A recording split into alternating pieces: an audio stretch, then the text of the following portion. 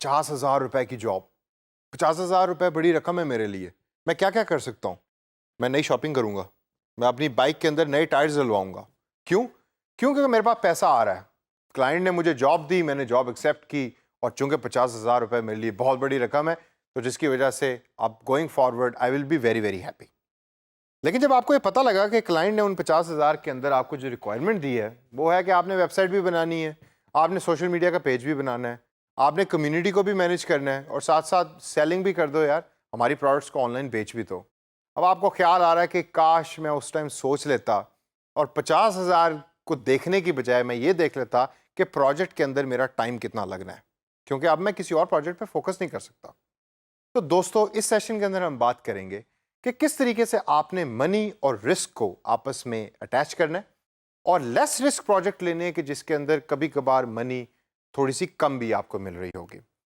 पैसे सिलेक्ट करने के अंदर सबसे जो पहला इंपॉर्टेंट पॉइंट आता है वो आता है कि आपने फाइंड आउट करना है कि आपका मिनिमम रिक्वायर्ड रेट क्या है। मतलब कि आपको कम से कम पैसे क्या रिक्वायर्ड होंगे उस प्रोजेक्ट को कंप्लीट करने के लिए। ये आपको खुद ही फाइंड आउट करना पड़ेगा। आप अपने टाइम को देखें, आप अपनी स्किल्स को देखें, और आप ये तयन करें कि मैं ये जॉब 10 रुपए के अंदर मिनिमम कर सकता हूं, जिसमें ना मुझे कोई फायदा हो रहा है ना मुझे उसके अंदर कोई नुकसान हो रहा है। जो सेकेंड इंपॉर्टेंट पॉइंट है वो है मार्केट रेट का। अब मार्केट रेट को फाइंड आउट करना बहुत इंपॉर्टेंट है। आप फ्रीलांसिंग की वेबसाइट्स को देखिए, आप इंडस्ट्री के एक्सपर्ट्स को पूछिए, आप देखिए कि दूसरे लोग वो जॉब कितने रुपयों के अंदर कर रहे हैं।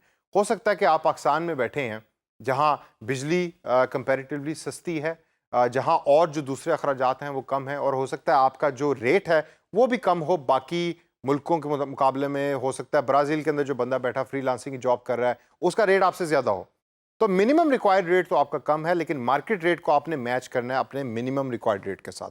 ऐसा ना हो कि आप जो प्राइस कोट करें वो इतनी कम हो कि वो पूरी की पूरी मार्केट के मुकाबले में, चूंकि वो प्राइस कम है, तो क्लाइंट समझे कि आपकी क्वालिटी अच्छी नहीं होगी। तो हमेशा इन दो चीज़ों के ऊपर रिसर्च करें, और रिसर्च के साथ मैं हमेशा इसको पॉइंट आउट करूंगा कि रिसर्च के साथ अगला जो पॉइंट हम देखेंगे वो है क्लैरिटी ऑन टास्क का। आप, जैसा मैंने पहले भी आपको समझाया था, कि आप राइट डाउन करें कि आपके टास्क कौन कौन से होंगे। वो आप राइट डाउन करें आफ्टर डूइंग प्रॉपर रिसर्च।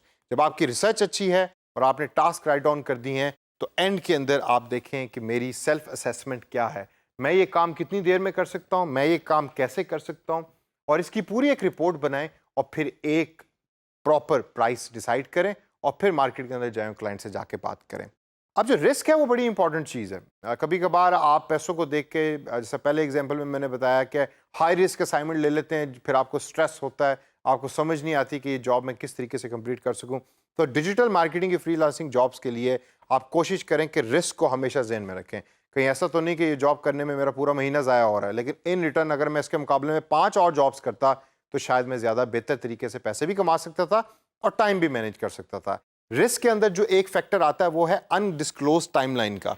वो प्रोजेक्ट के जिसके अंदर क्लाइंट ने आपको टाइमलाइन सही तरीके से प्रोवाइड नहीं किया, आपको बताया नहीं कि ये प्रोजेक्ट कब तक चलेगा, वेगली बात हो रही है, मतलब क्लैरिटी नहीं है उसके अंदर, क्लाइंट खुद भी क्लियर नहीं है कि मैंने क्या काम करवाना है।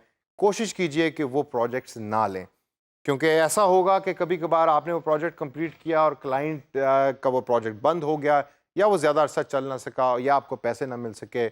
एट टाइम्स अवॉइड करें इस तरह की जॉब्स करने के अंदर।